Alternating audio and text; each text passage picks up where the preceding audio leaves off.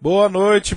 Você está mais uma vez com a Escola Bíblica pela internet. Estamos aqui hoje para estudarmos mais uma lição da revista da CPAD. Eu sou o Leonel, da comunidade Um Novo Tempo, e vou passar aqui um tempo agradável. Vamos compartilhar aqui e aprender um pouco mais sobre a palavra do Senhor. Na aula de hoje nós vamos falar sobre a oração em o Novo Testamento. A semana passada, você se recorda, nós estudamos a lição de número 3, que falou sobre a oração sábia. E na aula de hoje, o texto está lá no livro de Lucas, capítulo 24, nos versículos 46, 49, 52 e 53. E também no livro de Atos, capítulo 1, versículos 4, 5, 12 e 14. Eu estou aqui juntamente com o Beto, que está ali na técnica, e com a pastora Regina. Boa noite, pastora Regina. Boa noite, Leonel. Boa noite, Beto. Boa noite a todos os internautas que estão aí ligadinhos na Escola Bíblica pela internet. Hoje vamos realmente ter um tempo agradável aqui, falando sobre as orações no Novo Testamento e a oportunidade também de falar da palavra de Deus, não é mesmo, Leonel? Então nós vamos falar com vocês aquilo que está na Bíblia. Nós vamos passar aqui aquilo que está aqui no livrinho que nós usamos, que é Lições Bíblicas da CPAD. Está aqui, nós estamos no 4º trimestre, se você quiser acompanhar. E também vamos falar com vocês aí aquilo que está no coração de Deus, aquilo que Ele deixou, né, na palavra de Deus, ensinando a nós, ensinando aí a você. E aí vamos interagir. Se você quiser passar para nós aí suas perguntas, seus comentários, você pode fazer aí, o Beto vai responder pelo e-mail radioumnovotempo@terra.com.br. E também temos aí as nossas igrejas, né, Leonel? Se quiserem participar conosco aos domingos na Escola Bíblica Dominical, também usamos o mesmo livro, só que você vai poder ouvir e falar. Então, é interessante. Se você quiser participar conosco, nós temos 3 comunidades. E o endereço das 3 comunidades eu vou passar da sede, que é lá no centro, Rua Major Sertório 685, próximo à Faculdade Mackenzie, próximo à Santa Casa. Às 9 horas da manhã, todos os domingos, temos a Escola Bíblica Dominical. E temos também em Cotia, na Rua Brasilândia 85, logo após o posto de saúde, também às 9 horas no domingo. E aí, nós temos lá, né, na ZN, na comunidade Um Novo Tempo, que é às 9h30. Aliás, é às 10, né, Leonel? Se eu não me engano, é às 9h30, pastor, que aí tem ou começa o culto de oração e às 10 começa, né? Eu acho que é isso mesmo. Nós, como fazemos aqui a Escola Bíblica, o Leonel faz teologia, né, então não sabemos muito bem, mas eu tenho impressão que é às 9h30, porque às 10 eu sei que é um tempo de oração. Depois começa a Escola Bíblica, que é um culto também, né? Se você quer participar, a abertura é um culto e depois a palavra, no lugar da palavra, entre as lições bíblicas. Qual o endereço, Leonel? Olha, na Zona Norte fica na freguesia do Ó. Então, ali na Avenida João Paulo I, à altura do número 900, uma das principais avenidas da freguesia do Ó. Você chegando ali na altura do número 900, aliás, você vai localizar, já vai ver ali uma fachada bem grande ali da comunidade Um Novo Tempo. Você já chegou, já encontrou. Então, seja 9h30 ou às 10, já chega mais cedo, chega às 9h30, você já vai permanecer ali. Recebendo uma oração? Amém, já fica ali, recebe a oração e em seguida já começa a Escola Bíblica e eu tenho certeza que vai ser bênção na sua vida. E bênção também se você quiser participar conosco no nosso culto, né, aos domingos da família, é às 18 horas. Nós estamos na altura do número 900 da Avenida João Paulo I. Tem estacionamento e vai ser um prazer tremendo encontrar você lá. Você chega, já procura a gente já vai conhecer você, orar com você e vai ser uma bênção tremendo para honra e glória do Senhor. Ó, domingo é o dia do Senhor, né? É o dia que o Senhor separou para que a gente o busque, para que a gente esteja em comunhão com Ele. E domingo vai ser tremendo. Então, às 18 horas, nós estamos esperando por você lá. Um culto de louvor e adoração à família. Amém. Já começa a semana aí. Começa o domingo já louvando ao Senhor. Já recarrega a bateria aí para a semana toda. E também nós temos cultos durante a semana. Durante a semana, os cultos são às 8 horas. Na segunda-feira nós temos a tarde de oração, né? Isso, é tarde da bênção, às 15 horas. Às 15 horas, na altura do número 900 da Avenida João Paulo I, a tarde da bênção. Você vai lá, você vai encontrar o diácono Cacau, a diaconisa Zuleide, né? Estamos lá também e você vai encontrar aí os intercessores. E é uma bênção, né? Estamos com o culto Portas Abertas. Por quê? Porque antes, né, a primeira campanha foi a campanha do impossível. E na campanha do impossível, todos que entraram lá desempregados arrumaram emprego. Então esta campanha foi a campanha das Portas Abertas, porque realmente o Senhor tem aberto portas para aqueles que estão desempregados, para aqueles que estão aí necessitados de algo. E a gente conta com você. Amém. Então, já sabe, segunda-feira, às 15 horas. E também terça, quarta, quinta e sexta, às 20 horas também temos cultos durante a semana. Então você é nosso convidado aí. Faça-nos uma visita em uma das nossas igrejas, ou durante a semana, ou domingo, pela manhã, na escola bíblica, ou à tarde, às 18 horas no culto da família. E nós ficaremos muito honrados em receber a sua visita. E hoje, como eu já havia adiantado, a leitura bíblica em classe, para você que está acompanhando com a sua Bíblia, está anotando aí as passagens, temos aí passagens em 2 livros. Primeiro no livro de Lucas 24, depois no livro de Atos 1. Eu vou ler aqui Lucas 24 e depois Atos 1, e depois a pastora Regina vai passar para você o texto áureo, a verdade prática, e nós vamos começar, né? Hoje, nosso objetivo é conhecer a respeito da oração no início da igreja cristã, compreender os princípios da oração congregacional e também nos conscientizar de que uma vida de oração resulta em ação onde vivemos. Vamos analisar todos esses aspectos nessa aula de hoje. Então, começando a leitura bíblica em classe, lá em Lucas 24, versículo 46. E disse-lhes: assim está escrito, e assim convinha que o Cristo padecesse e ao terceiro dia ressuscitasse dos mortos. 49. E eis que sobre vós envio a promessa de meu Pai. Ficai, porém, na cidade de Jerusalém, até que do alto sejais revestidos de poder. Versículo 52. E adorando eles, tornaram com grande júbilo para Jerusalém, e estavam sempre no templo, louvando e bendizendo a Deus. Amém.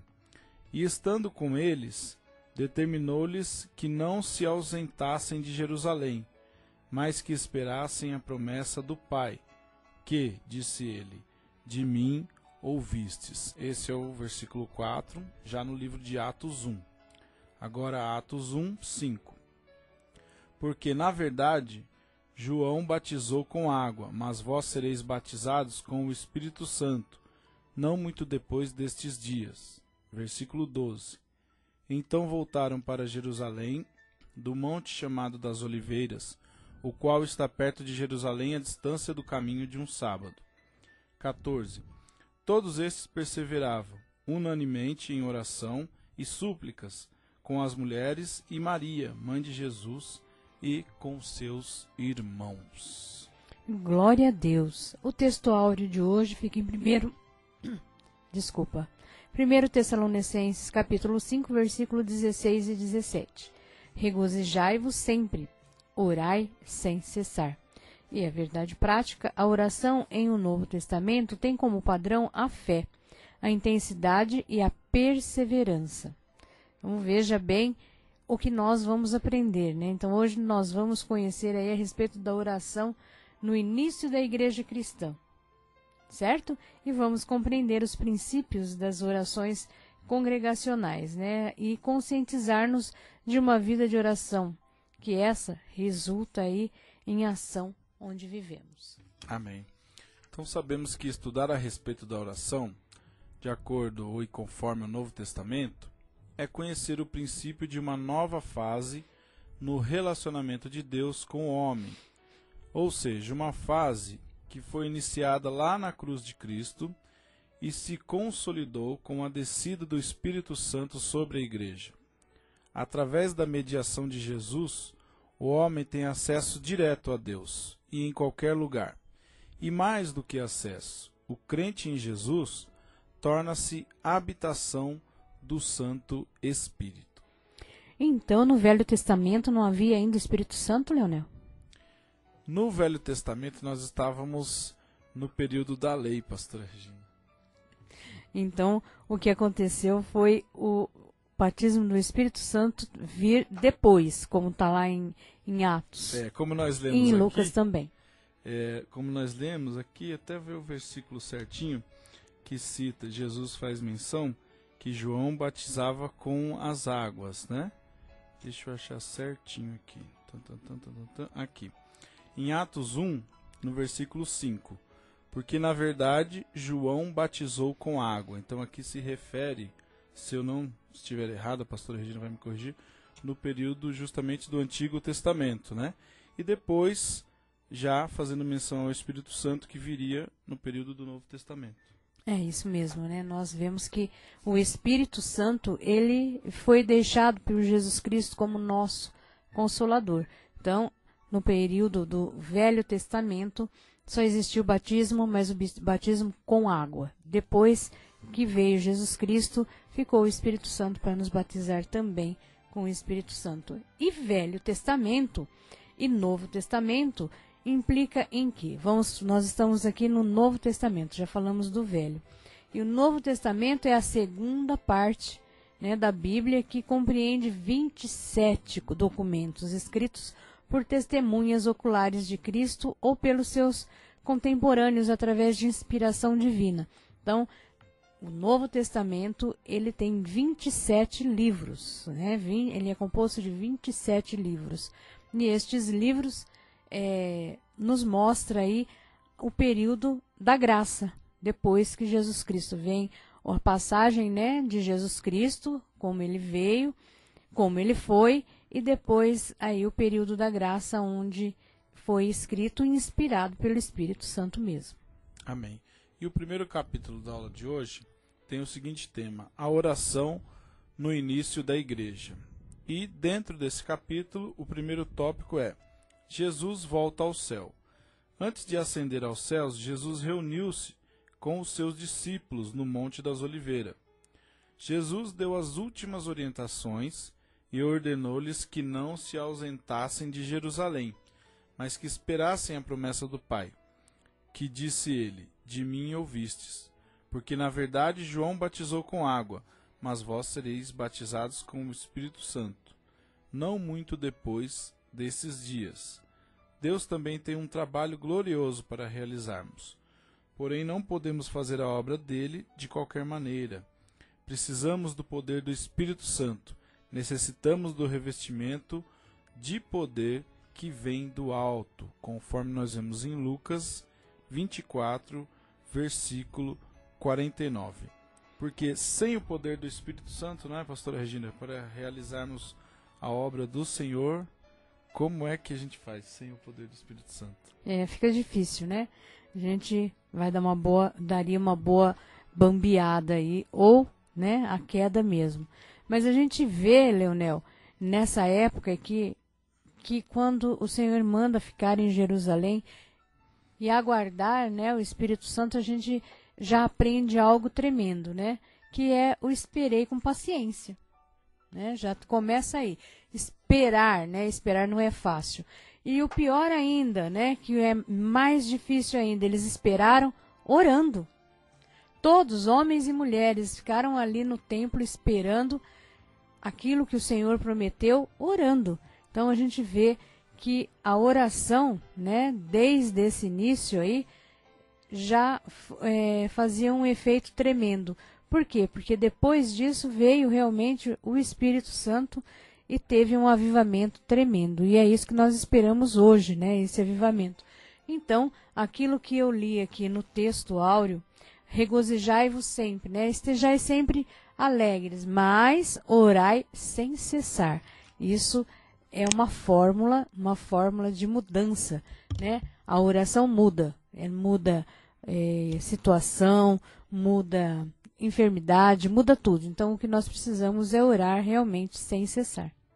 Amém. E a primeira reunião de oração, você quer que eu fale sobre isso? Pode falar, pastor. Eu até ia comentar que exatamente nesse aspecto da oração que a senhora já abordou, está exatamente dentro desse. Então, aqui vai complementar exatamente esse comentário que a senhora trouxe aí muito bem.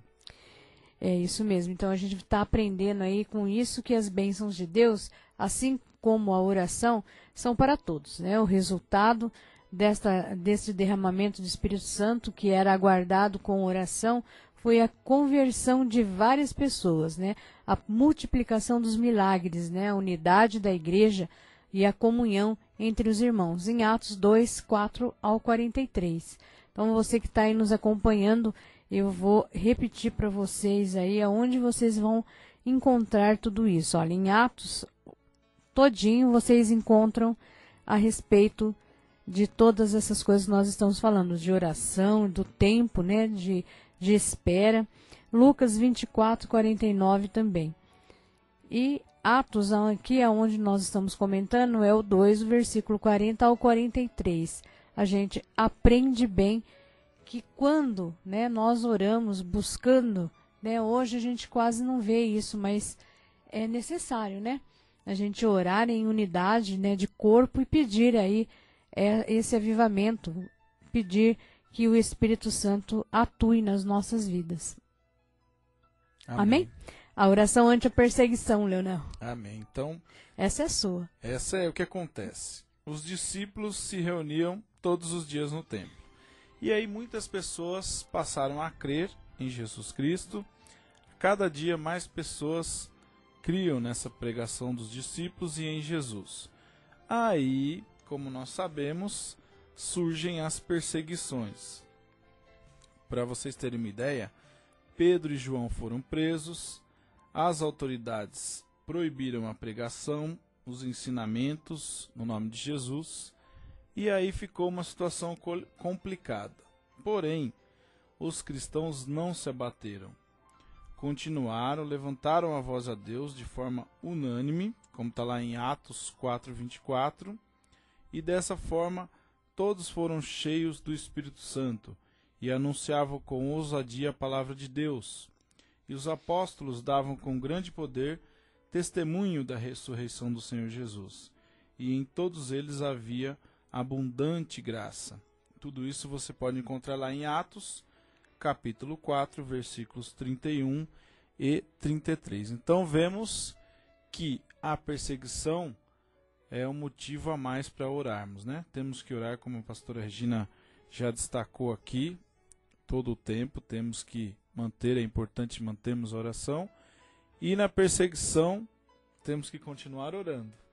É isso mesmo. Na perseguição, a gente vai orar e o Senhor vai tirar o perseguidor, né, a perseguição, e vamos ser mais do que vitoriosos. E nós estamos já partindo aqui para o segundo tópico, que diz princípios da oração congregacional. E o primeiro tópico desse capítulo aqui é o crescimento da obra de Deus.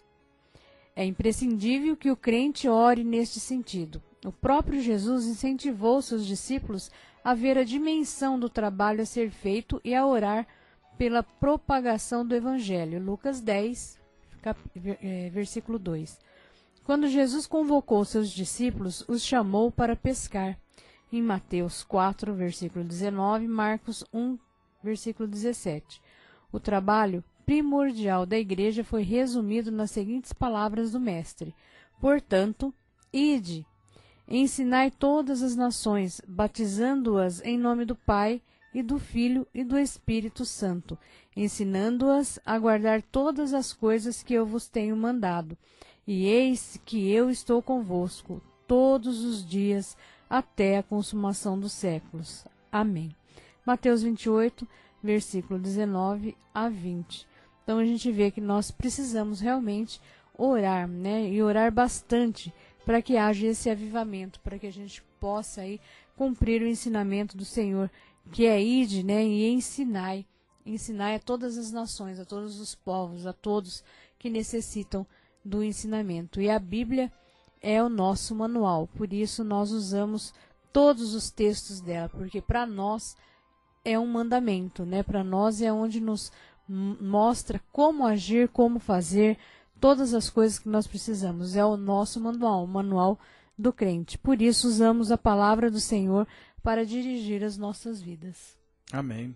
E o segundo tópico desse capítulo, que também é o capítulo 2, né? Como a pastora Regina já destacou, você que ligou agora aí o seu computador, você está na internet, nós estamos falando sobre a oração, é a lição 4, você sabe, é a oração em o Novo Testamento, como nós fazemos aqui todas as quartas-feiras às 7 da noite.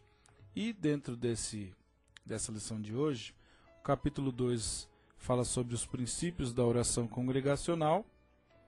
Nós já lemos o capítulo 1, a pastora Regina já trouxe aqui para todos nós o tópico 1 desse capítulo, que é o crescimento da obra de Deus.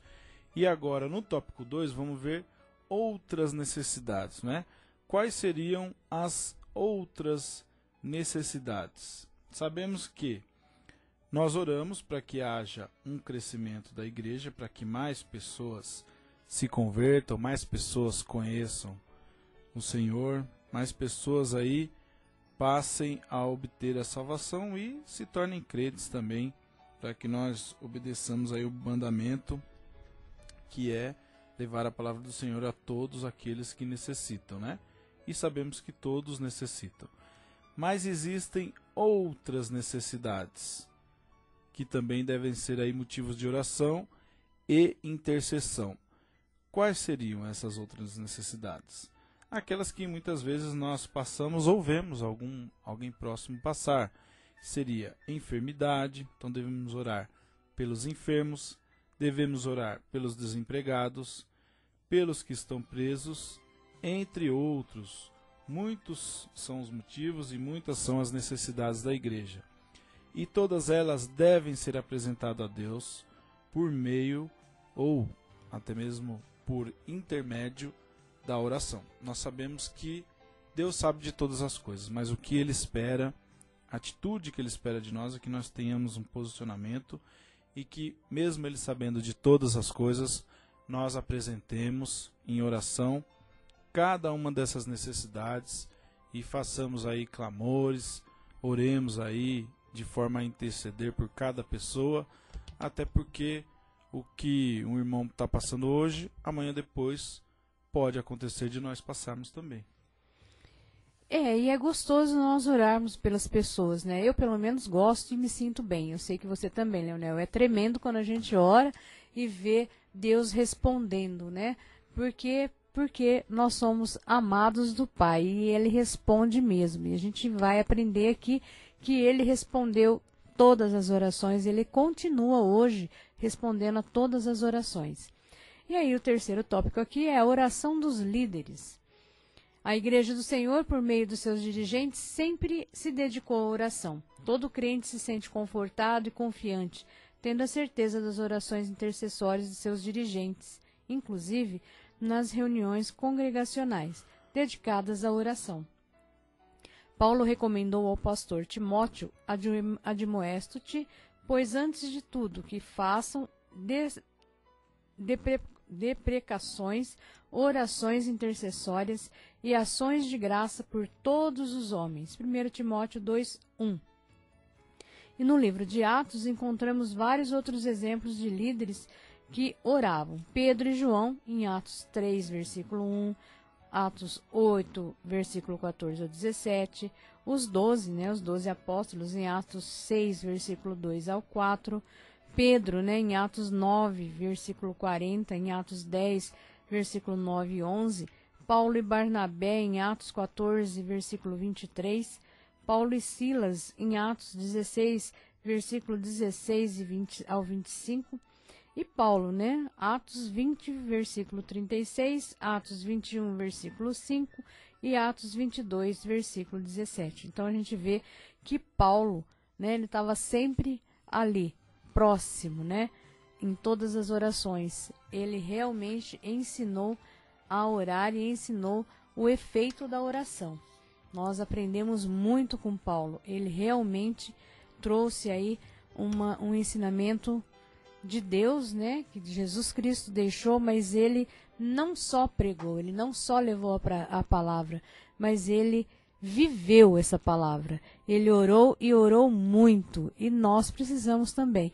Não é só esperar, né, aqui está dizendo dos líderes, não é só esperar pela oração dos líderes, não. Você tem que orar junto, você precisa orar junto. E aí essa oração em unidade realmente vai trazer os céus até nós e vamos receber aí aquilo que nós estamos esperando, aquela bênção tão sonhada e tão esperada. Então é bom nós orarmos uns pelos outros e ajudar aí os líderes, né, a manter a igreja e a manter os departamentos, a manter aí as ovelhinhas que estão se chegando agora. Amém. Nós vimos a semana passada que a oração intercessória é a oração sábia. Aquela oração em que você intercede, né, pelo próximo, não só vendo as suas necessidades, mas também de outras pessoas. E a pastora Regina estava falando sobre o apóstolo Paulo. Então nós vimos aqui que Paulo é um exemplo de como Deus pode transformar o caráter daquele que se entrega a ele sem reservas, como nós vemos lá em Gálatas, capítulo 1, versículo 14, também Filipenses capítulo 3, versículos do 4 ao 7. Então nós vemos lá a transformação do caráter de Paulo a partir do momento em que ele se entrega ao Senhor sem reservas. E Deus, ele está nos aguardando para que faça essa transformação em todos nós. Cada pessoa que se dispuser realmente e se entregar sem reservas ao Senhor, vai obter essa transformação de caráter pela misericórdia do Senhor. Paulo foi o apóstolo que mais recebeu revelações acerca das doutrinas cristãs. Isso com certeza se deve ao fato de que ele orava. Seu amor, dedicação e zelo pela obra de Deus são incontestáveis e admiráveis. Então, muitas pessoas o criticavam, mas não há como negar ali o zelo, o amor e a dedicação de Paulo pela obra de Deus. O despreendimento desse homem incansável, desse incansável homem de Deus, pela evangelização resultou no acelerado crescimento da igreja primitiva. Então, boa parte do crescimento da igreja primitiva deve-se à dedicação, ao zelo e ao amor que Paulo dedicou aí à obra de Deus. Glória a Deus. E o segundo tópico aí do apóstolo Paulo e a oração diz o zelo de Paulo pela ordem na igreja. Então a gente vê aí que realmente Paulo, ele teve revelações, né, e passou aí para os pastores. Olha só, Paulo deixara Tito na igreja de Creta para que cuidasse das questões éticas e administrativas da comunidade. Mas a situação ali era tão ruim, tão péssima, né, tão grave que o apóstolo precisou escrever uma carta àquele jovem pastor, expondo a urgente necessidade de se manter em ordem na igreja. E os conselhos de Paulo a Tito, né, se eles forem observados por todas as igrejas, não haveria tantos problemas na condução do rebanho do Senhor. Mas, né, fica aí algumas coisas aí que a gente não tem controle. E aí vem Paulo, né, e nos mostra aí através das cartas. E Paulo nos apresenta uma relação de qualidades indispensáveis aos obreiros da igreja de Cristo, Então, o que ele diz, né? Para ser um obreiro ele precisa ser irrepreensível, marido de uma mulher, que tenha filhos fiéis, que não possam ser acusados de dissolução, nem são desobedientes, irrepreensíveis com os despenseiros da casa de Deus, não soberbo, nem iracundo, nem dado ao vinho, nem espancador, nem cobiçoso, de torpe ganância, mas dado à hospitalidade, amigo do bem, moderado, justo, santo, temperante, retendo firme a fiel palavra que é conforme a doutrina. Tito 1, versículos 5 ao 9. E tais obreiros são disciplinados e, portanto, procuram estar sempre em constante oração. Então, o obreiro não é assim, né, Leonel? Não é dessa maneira. Qualquer coisa que você conheça aí, um obreiro, de tudo isso que nós estamos falando aqui, não é mera coincidência.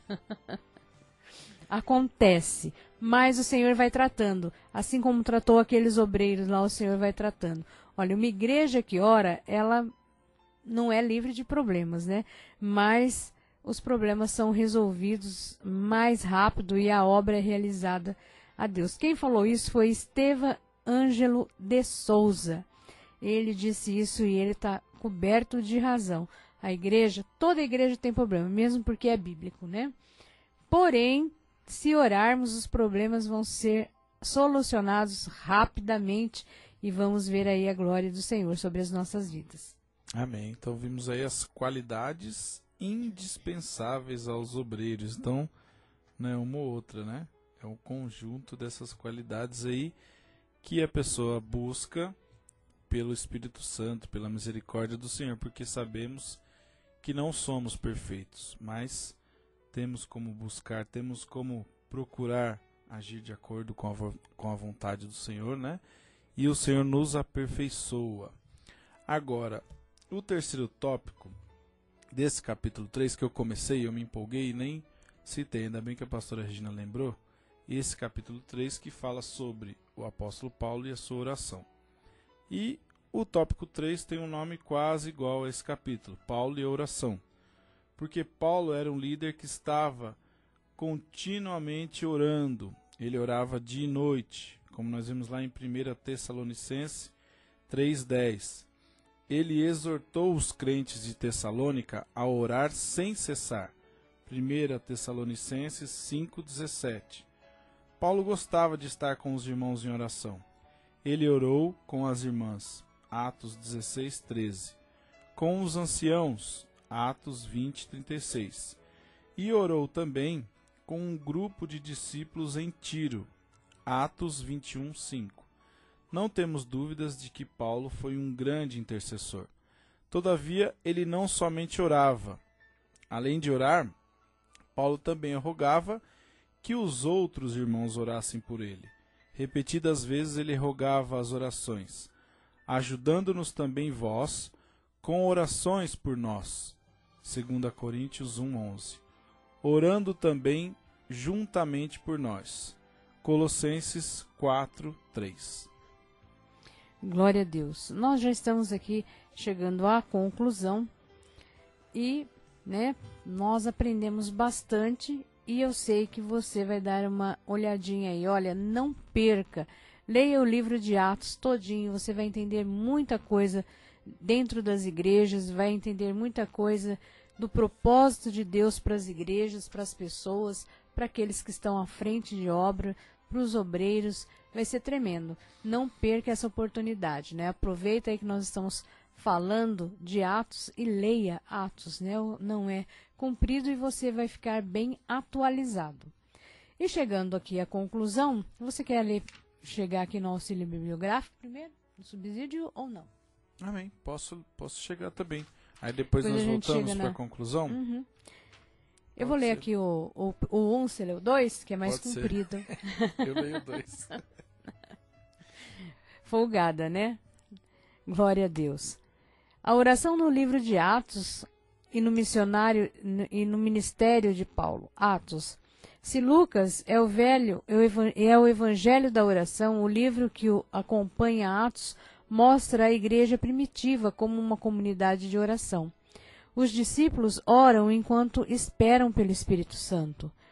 E depois da sua vinda, as primícias práticas da jovem igreja podem ser resumidas entre ensinar, dividir os bens, distribuir o pão e orar. Lucas descreve essa vida inicial de oração como perseverante e dotada de uma concordância. Por exemplo, como no Evangelho de Lucas, a oração acompanha as crises de decisão, de libertação ou de confiança. Ela também está permanentemente associada à prática da imposição de mãos e à vinda do Espírito Santo sobre indivíduos ou grupos. Paulo. A contribuição paulina à teologia da oração no Novo Testamento e a sua grande ênfase na ação de graças. O fato de todas as suas epístolas, exceto Gálatas e Tito, terem uma expressão de ação de graças ou bênção de Deus logo de início ou pouco depois da saudação, não pode ser explicada apenas como uma mera forma epistolar, pois está enraizada na teologia paulina. Paulo acreditava que toda oração deve incluir ação de graças, pois as ações de graças faziam com que a glória ascendesse a Deus pela graça que havia descido sobre nós em Jesus Cristo. O ensino geral de Paulo sobre a oração foi muito bem resumido em 1 Timóteo 2, do 1 ao 9. Amém. E agora o auxílio bibliográfico 2 fala aqui sobre subsídio de história eclesiástica. Cita aqui uma pessoa chamada Charles G. Finney, que foi um dos principais evangelistas da América do Norte. E aí nós vemos aqui um pouquinho da sua história. Ele nasceu em 1792, num lar sem qualquer influência evangélica, e a princípio tornou-se professor de escola primária. Mais tarde, aprendiz no escritório de advocacia em Nova York. Então, ele precisava estudar para os exames da faculdade de Direito. E descobriu que a Bíblia era o alicerce das leis norte-americanas. Quando tinha 29 anos, Finney rendeu sua vida a Cristo e abandonou seus planos de se tornar advogado para pregar o Evangelho. Imediatamente, o reavivamento acompanhou a prédica de Finney. Pessoas eram arrebanhadas para o reino de Deus em reavivamento após reavivamento. E por quê? A oração era o principal ingrediente no sucesso de Finney. Tudo quanto fazia era precedido pela oração. A clássica obra de Finney, que fala sobre o reavivamento da religião, tem um capítulo específico, que aqui em inglês está escrito The Spirit of Prayer. E tem um trecho desse capítulo que diz o seguinte: Ó, quem nos dera uma igreja que orasse. Certa feita conheci um ministro que teve um reavivamento por 14 anos seguidos. Não sabia a razão disso, até que presenciei um dos seus membros se levantar numa reunião de oração e fazer uma confissão. Irmãos, disse ele, há muito que tenho o hábito de orar todos os sábados à noite até depois da meia-noite, pela descida do Espírito Santo entre nós. E agora, irmãos, confesso que tenho negligenciado isso por 2 ou 3 semanas. Aquele ministro tinha uma igreja dedicada à oração. Contudo, Finney também acreditava na reforma social, em que indivíduos convertidos fariam uma grande diferença na cultura como um todo. Quando as pessoas vêm para Cristo, não podem simplesmente aquecer-se em sua salvação recém-encontrada. Elas precisam investir sua energia na transformação da cultura, fazendo cessar as coisas que violam os princípios bíblicos. Foi exatamente nesse ponto que a segunda carreira de Finney teve uma influência impressionante. Ele envolveu-se fortemente nos movimentos anti-escravagista, de direitos da mulher e de abstinência de alcoolismo. Donald Dayton escreve: o próprio Finney fez conversões fundamentais e nunca quis substituir o avivamento pela reforma, mas ele fez as reformas com um complemento ao avivamento. Por exemplo, ao discutir a questão do escravagismo, o evangelista desejava fazer da abolição um complemento exatamente como em Rochester fez a abstinência um complemento ao avivamento. Com esta conexão, Finney preservou a centralidade dos avivamentos, ao mesmo tempo em que promovia as reformas e impelia seus convertidos a assumirem novas posições sobre questões sociais. Glória a Deus. Então a gente vê aí que realmente, no caso ali da igreja todo, era um só que estava orando pelo avivamento, né? Por 14 anos houve um avivamento diário. E isso é tremendo, né? Onde a gente vê batismo no Espírito Santo, né? Conversão, isso é tremendo. Era um só que estava orando por isso. E ele deixou de orar por isso e também deixou de acontecer. Então nós precisamos, independente de se tem alguém orando ou não, nós precisamos orar pelo avivamento da nossa igreja, para que o Espírito Santo esteja realmente entre nós, derramando aí das tuas bênçãos, dos dons e deste avivamento que é tremendo, né? Onde nos dá gozo, paz e alegria. Conclusão, Leonel, se quiser. Amém. Conclusão. Então, concluímos que a igreja nasceu e cresceu mediante a oração. Aos pés do Senhor, encontrou direção e disposição para o trabalho, bem como forças para não sucumbir diante das dificuldades e problemas que surgem no caminho, inclusive oposições e perseguições. As circunstâncias pelas quais a igreja passa podem mudar de diferentes maneiras ao longo do tempo, mas a necessidade de buscar a Deus em oração permanecerá até a volta do Senhor Jesus. Glória a Deus. Olha só, essa reflexão vai ficar para você aí esta semana. E antes de me despedir, eu vou ler para você. Também de Estevam Ângelo de Souza. A oração é o berço em que a igreja nasceu. É o alimento que nutre a igreja e a faz crescer e lhe dá vigor. Sem oração, a igreja não cresce, não tem vida, não tem voz, não tem ouvinte, não tem força. Olha só, reflete sobre isso e começa a orar pela tua igreja. Leonel, muitas vezes a gente escuta aí pessoas dizendo assim, eu vou mudar de igreja, eu vou embora, porque aqui, né, não acontece isso, não acontece aquilo, ou então acontece muito isso, acontece muito aquilo. E nessa lição a gente aprende que a nossa oração, né, nós não temos que fugir. No meio de perseguição, nós temos que nos manter firmes e orando.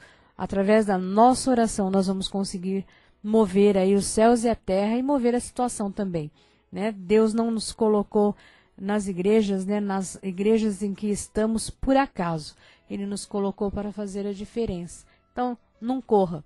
Fique, permaneça em Jerusalém, até que do alto sejais revestido de poder. Amém? Que você tenha aí uma semana de bênção, de graça, de vitória, de muita oração, e que você possa ver aí todas as situações que você está colocando em oração, transformadas para a honra e glória do Senhor. Que fique na paz do Senhor, em nome de Jesus. Amém. Assim como passamos por lutas, somos vitoriosos, a igreja também é vitoriosa. E a luta faz parte da vitória.